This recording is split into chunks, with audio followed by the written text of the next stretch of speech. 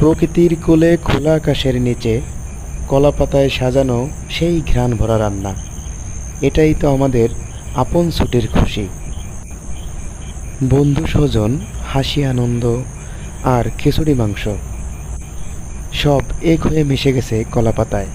এটাই তো আসল পিকনিকের স্বাদ। প্লাস্টিকের পাত্র না হোক, না হোক প্লাস্টিকের থালা, কলাপাতায় মেখে আছে এক টুকরো মায়া। আর সেই কলাপাতায় যখন একসঙ্গে হাত চলে, তখন মন জুড়িয়ে যায়। চাল ডাল মাংস ভর্তা যখন কলাপাতা বা বড় গামলাতে সকলে মিলে একসঙ্গে খাওয়া হয়, তখন শুধু ওটা খাওয়া থাকে না, ওটা একটা অনুভব।